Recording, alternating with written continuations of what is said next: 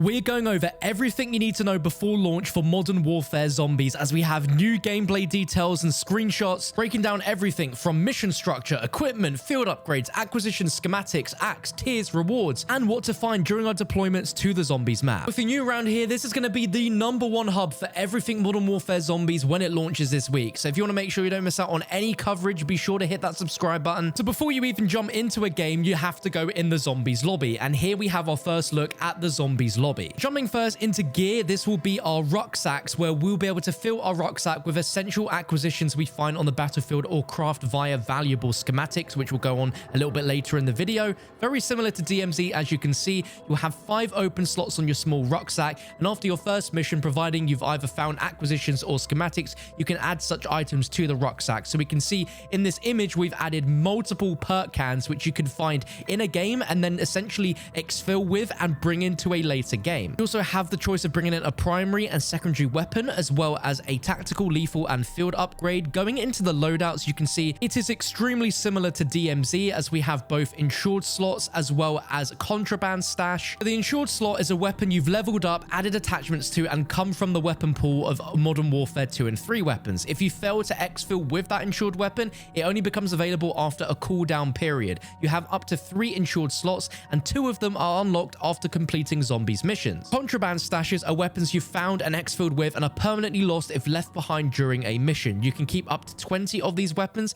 which may or may not have attachments added to them. Then, of course, for your lethal and tactical, you can choose from any of the lethals and tacticals that are in the game. Now, for field upgrades, we have a total of 6 in the game, 5 of them which are unlocked as you progress for your military player rank. So we have Energy Mine, Frenzied Guard, Healing Aura, Frost Blast, Ether Shroud, and Tesla Storm. Similarly to DMZ, you also have Strike Team operators. So you have multiple operators that you can choose to go into, which will have their own on-soldier gear. You'll start with 1 operator slot, and after you have completed specific challenges within Zombies, you will unlock 2 other operators, Ripper and Scorch. And each operator will have 5 different equipment slots you can customize, and any gear you find during missions is saved here, which includes kill streaks, armor, gas mask, and medical items. So let's talk about how you expand your gear and things you can select going into matches. So once you've returned from your first few successful missions, you're able to place acquisitions into your rucksack. You can also start to craft your own acquisitions at the schematic crafting location in the lobby between games. So acquisitions are single-use items that give you an advantage on the battlefield. You can find an exfil with them in your rucksack, and they can be added to your acquisition stash. Now, schematics are highly sought after plans that permanently allow you to craft acquisitions that you can add to your rucksack. These schematics have a cooldown period, after which they can be brought into the Exclusion Zone. These can be used to craft literally anything from perks to equipment to wonder weapons. It's gonna be crazy. But now let's look at the perk-a-colas, because the vest, gloves, boots, and gear system that's in multiplayer will not be in Zombies, but instead you can get these attributes by crafting or finding perks. And here we have an image of all 9 perks that are going to be coming to Modern Warfare Zombies on day 1. We've got Deadshot Daiquiri, Death Perception, Elemental Pop, Juggernog, PhD Flopper, Quick Revive, Speed Cola, Stamina Up, and Tombstone Soda. Now, there are no perk tier upgrades like there was in Cold War, but some of the perks have those tier upgrades naturally, such as Quick Revive, which reduces your health regen delay time by 50% and the time it takes to revive by 50%. And with Tombstone, when you die, you create a Tombstone stash at that location, which will contain your backpack inventory in the next Zombies match you go into, which is incredible. Covering all of the ammo mods, we have Brain Rot, Cryo Freeze, Dead Wire, Napalm Burst, and Shatter Blast. And we get a little tease of the 3 wonder weapons that will be in the game at launch, but we know what these are. It's the Ray Gun, the Scorcher, and the Wonder Waffer DG2. And if you locate the schematics to build each of these, you're able to craft some of the most powerful weapons before you even jump into the game. Jumping into gameplay, one of the biggest foundations of the game is going to be the missions, because these are broken down into different acts and different tiers that will all have different rewards. This will be the main gameplay focus of the mode, which is going to commence a multi-layered storyline that focuses on a variety of tiered missions in 3 acts. Not all the missions are immediately accessible, and the mission you wish to complete is highlighted. Mission completion rewards will include acquisitions, cosmetic items, durable items, and good old double XP tokens are also visible prior to you going into the game. So let's break these all down. So complete tasks within a mission and you'll receive unlocked missions and rewards.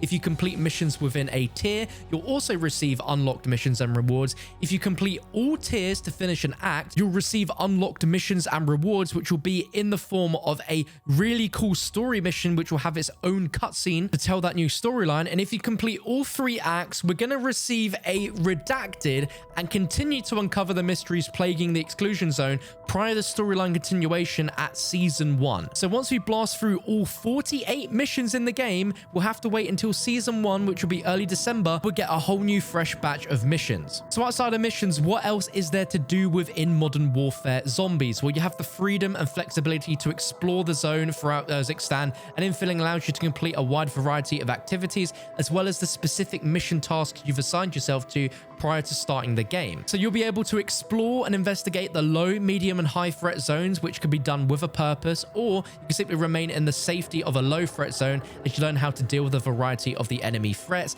And weapon leveling is an excellent plan within the outer edges of the map. You'll also be able to complete contracts, which will earn you the in-game currency, and acquisitions by completing contracts in the field. You can spend your money at machines across the map and upgrade your weapons and gear, and successful exfils will allow you to keep your acquisitions to get a head start in your next game. Around the map, you're able to find things like buy stations, which allow you to purchase a variety of helpful items such as kill streaks, gas masks, and other essentials, as well as sell any unwanted items you've collected. And as I've mentioned in prior videos, this mode is very much like DMZ, so you're going to be finding a lot of items that have no use but have a monetary value that you can sell to get points to be able to spend at the buy station, or to allow to buy yourself perks from the different Coca-Cola machines. And as we see, we've got lovely Juggernog there with the old Cold War cans. It looks fantastic. There's also the Pack-a-Punch machine, which you can use to upgrade your currently carried weapon for a price. These are all price dependent on the threat level you're in, so it's 5,000 points in the low threat, 10,000 in the medium, and 15,000 in the high threat. There's also wall buys, where you can see the outlines of weaponry in various buildings, which you can interact and buy it as needed, and they will have their own weapon rarities, which will upgrade as the game goes on.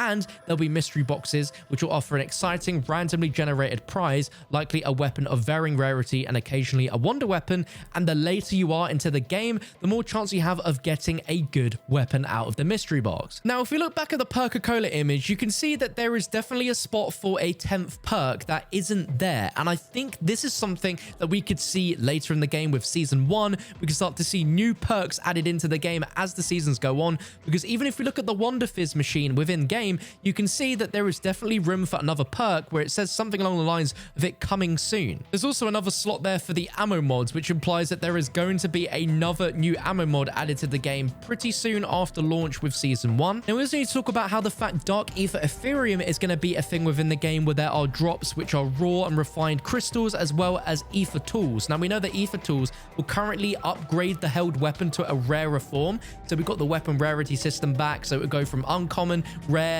epic, and legendary. But we also have raw and refined Ethereum crystals, which will now upgrade your weapon to a level 1 Pack-a-Punch or a level 2 Pack-a-Punch gun. Now, in conclusion, everything that we've spoken about, it pretty much is DMZ with zombies. And that's what I've been saying since the very beginning when I played it. Or the way that the menus look, the way that the loadout system works with the insured weapon slots, the operator slots, the things you choose to bring in and you can craft and do everything. It's basically DMZ and Outbreak combined. And ultimately, I think this is going to be better than DMZ. Of course, there is no PvP. The missions actually sound like they're going to have purpose. There's literal narrative carrying them along, with in-game cutscenes and our own different areas and sub-maps that are going to have really cool missions with cutscenes at the end to tie the story along. It sounds like a massive, massive sandbox that is really, truly open world, whilst Outbreak was only open world to an extent. But let me know what you guys think of it all down below. If you're excited, I will be streaming Modern Warfare 3 Zombies the moment the game launches, so